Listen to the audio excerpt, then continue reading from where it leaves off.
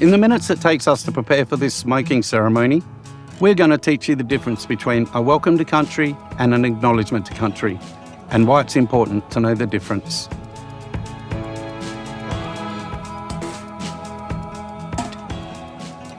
Let's start with the welcome to country. This is a practice and a responsibility that's carried out by an Aboriginal or Torres Strait Islander person who's local to the area, who has connections to that country. It's centred around building relationships and making people feel comfortable, especially when visitors have come from other countries, other regions, other places, or they're here for a significant event. Every welcome is different and unique. Where culturally appropriate, some may have a smoking ceremony, songs, or a dance, depending on the occasion. So why is the welcome to country so important? Well, if we want to acknowledge the relationship between this place and the First People, it's important to give back the authority to open events to signify their place as the First People. Would you go to someone's house and walk straight in? No, you'd prefer to be welcomed and invited in.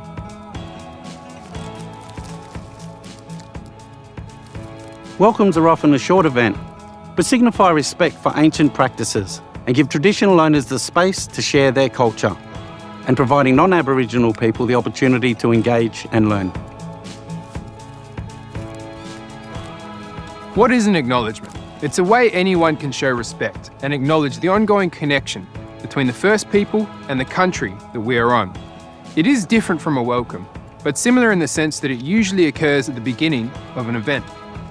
It can even be included in books and literature. Anyone can do an acknowledgement, and it's usually best when personalised to the author or speaker. It's an opportunity to show an appreciation and regard for the story, connection, and contributions of the local Indigenous people.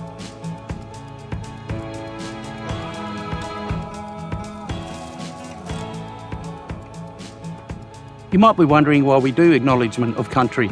It's actually quite simple. Aboriginal and Torres Strait Islander people have been historically excluded in more ways than we can fathom, and we continue to see the negative impacts of this exclusion in our community today. Including recognition of the story and the people, especially their connection to a place, is a way of contributing to the end of that exclusion, one small step at a time.